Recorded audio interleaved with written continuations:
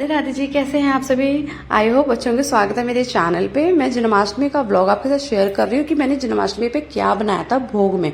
बस वही आपके साथ छोटा सा ब्लॉग शेयर कर रही हूँ। तो चलिए फटाफट बताती हूँ मैं कि मैंने जन्माष्टमी में क्या क्या घर पर ही भोग बनाया था कान्हा जी के लिए।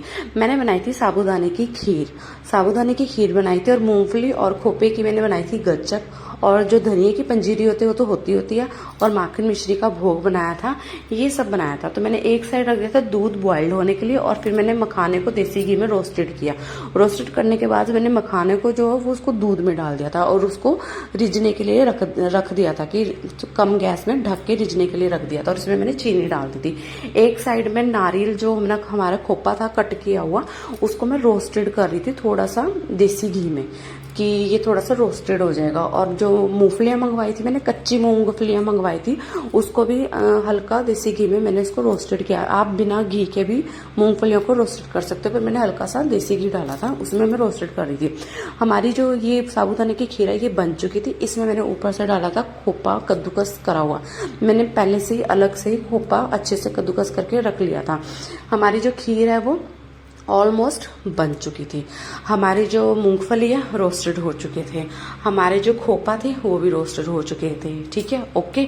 उसके बाद फिर मैंने जो सूखा धनिया, जिसकी हमने बनानी थी पंजीरी, जो बहुत ही मेन प्रसाद होता है हमारे कान्हा जी का, इसके बिना हमारा प्रसाद अधूरा है, और एक माखन मिश्री के बिना अधूरा है। आप ये दोनों चीज़ों का भोग लगा दोगे ना तो बहुत है वो। बाकी आपकी इच्छा है कि आपको क्या क्या बनाना है कान्हा जी के लिए। तो मैं ये सब बनाती, मैंने पिछली बार भी ये सब बनाया था, पर मैंने पिछली बार ना मिल्क केक भी बनाया था, हम घर पे केक बनाया था। अब की बार मैंने नहीं बनाया है क्योंकि टाइम नहीं था मेरे पास। तो हमने अपने जो धनिया थी वो रोस्टेड कर लिया था।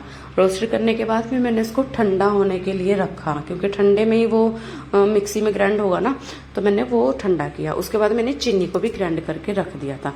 फिर मैंने उसको जो हमारा जो धनिया हमने रोस्टेड किया, सॉरी मिक्सी में ग्राइंड किया था, उसको फिर से मैंने देसी घी डाल के उसको भूना। दोबारा देसी घी डाल के ना उसको अच्छे से उसको भूनना। मैंने भूनने के बाद उसको मैंने ठंडा होने के रख दिया, क्योंकि फिर उसमें बाद में चीनी पीसी हुई मिक्स होगी। तो इतना मैं मूंगफलियों को उसके छिलके उतार रही थी। तो हमारी जो ये धनिए की जो हमने मिक्सी में ग्राइंड किया था ये ठंडी हो चुकी थी। मैंने चीनी में मिक्स किया, ऐसे हमारी पंजीरी तैयार हो गई थी। हमारा माखन भी तैयार हो गया था। मेरा माखन तैयार होके रेडी हो गया था। इसको मैंने फ्रिज में रख दिया था, स्टोर कर दिया था, ताकि ये थोड़ा सा जम जाए और टेस्टी लगे।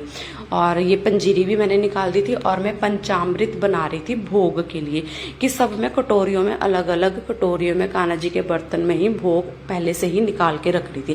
पहले मैंने पंजीरी निकाली, फिर मैंने खीर भी निकाल के रखी, फिर मैंने पंचामृत रखा, पंजीरी रखी। अब मैं लास्ट में बना रही हूँ मूंगफली और अपने खोपे की गच्चक। मैंने चाशनी बनने के लिए रख दी है। हमारी चाशनी बन रही है, चाशनी हमारी बन चुकी थी। उसके बाद मैंने मूंगफली और खोपा डाल दिया। डालना तो मैंने दाखें भी थी, पर हमें दाखें मिली नहीं। मैं कम 20 रुपए की मंगवा रही थी, पर 20 की नहीं मिली। तो बस ये हमारी ये मूंगफली डालने के बाद मैंने इसे प्लेट में सारा ऐसे सर्व कर दिया। तो मुझे था कि मैं गच्चक सी बना दूंगी, पर ऐसे पीसीस से बन गए थे, ऐसे शेप सी नहीं बनी थी, ऐसे पीसीस से बन गए थे। तो ये हमारी गच्चक भी कंप्लीट हो गई थी। और मैंने गच्चक अपने कान्हा जी की कटोरी में अलग से पहले भोग निकाला, फिर बची गच्चक उसमें डाल दी। इस तरह हमारा भोग रेडी हो चुका है। लाइक कमेंट शेयर करिए।